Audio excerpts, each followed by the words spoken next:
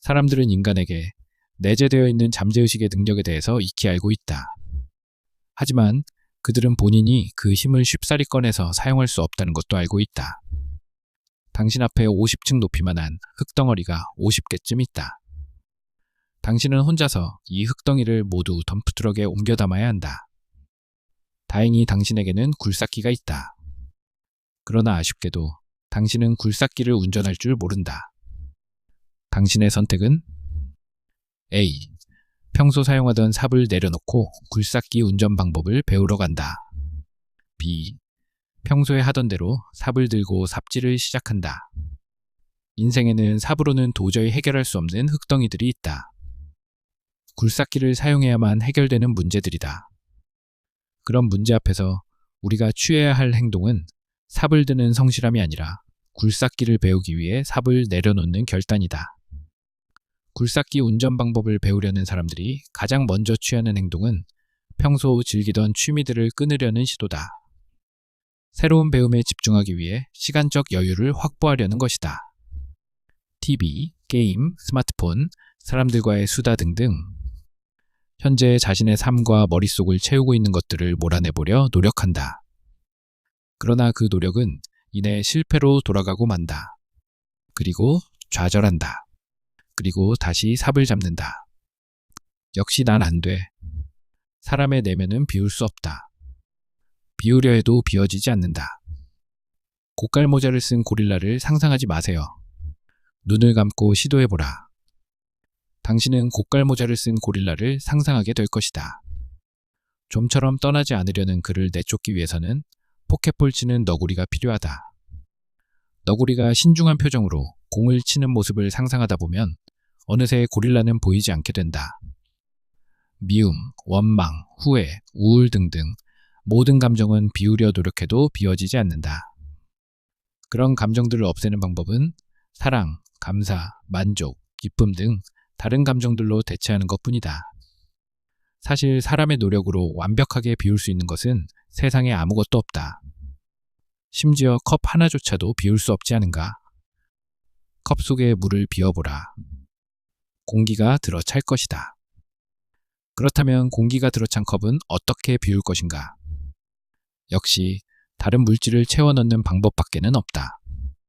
마찬가지로 나쁜 습관을 버리는 가장 좋은 방법은 나쁜 습관을 고치기 위해 씨름하는 것이 아니라 좋은 습관으로 대체하는 것이다. 영미는 스마트폰 중독에서 벗어나 억대 연봉자가 되기를 원한다. 그러나 믿음의 관점으로 본다면 영미가 스마트폰 중독에서 벗어나기 위해서는 먼저 억대 연봉자가 되어야만 한다. 한 달에 1,000만 원 이상이 벌리는 일을 하고 있다면 그녀는 자연스레 스마트폰 중독에서 벗어나게 될 것이다. 1,000만 원이 적다면 3,000만 원은 어떤가? 매월 그 정도의 소득이 들어오는 현실을 살고 있다면 영미는 더 이상 스마트폰이 제공하는 가상현실 속으로 들어가려 하지 않을 것이다. 하지만 저는 억대 연봉자가 아닌걸요? 억대 연봉자가 되려면 전문 지식을 공부할 시간이 필요하고 그러려면 역시 스마트폰부터 끊는 것이 순서 아닌가요? 지금이 바로 영미 안에 잠들어 있는 굴삭기, 즉 잠재의식을 사용하는 방법을 배워야 할 때다. 영미가 굴삭기 운전자가 되려면 먼저 자신이 굴삭기 운전자가 될 수 있다는 사실부터 믿어야 한다. 부정으로 가득 찬 마음에는 그 어떤 유익한 배움도 온전히 들어갈 수 없기 때문이다. 나 같은 사람이 여자가 그게 얼마나 어려운 건지 알아? 배우는 동안 생활비는? 만약 실패하면 그동안 노력한 시간은? 여태 뭐 하나 제대로 성공한 적도 없으면서 또 뭘 한다고? 그러나 영미의 컵이 믿음으로 가득 차 있다면 어떤 부정도 그녀를 운전대에서 끌어내릴 수 없다. 처음엔 서툴게 흙을 퍼 담겠지만 시간이 갈수록 능숙하게 굴삭기를 사용하게 될 것이다. 내면에 잠든 굴삭기를 깨워서 인생의 터닝포인트를 만든 사람들은 많다. 어떤 이는 운동으로, 어떤 이는 요리로, 또 다른 어떤 이는 청소를 통해 자신의 잠재의식을 활성화시켰다. 잠재의식은 모든 분야에 사용할 수 있지만 한 가지에 집중할 때 능력이 극대화된다. 따라서 초보자들은 한 가지에 집중해야만 한다. 처음에는 타인과 경쟁해야 하는 상대평가보다는 자신과의 약속만 지키면 되는 절대평가가 좋다. 운동이라는 포괄적인 개념보다 마라톤 완주, 줄넘기 200개처럼 구체적인 것이어야 한다. 어떤 이는 앉았다 일어나는 하체 운동에 몰입해서 자신의 굴삭기를 활성화시켰다. 그리고 그 경험을 가지고 사람들을 교육하는 트레이너가 되었다. 와, 나도 할 수 있잖아.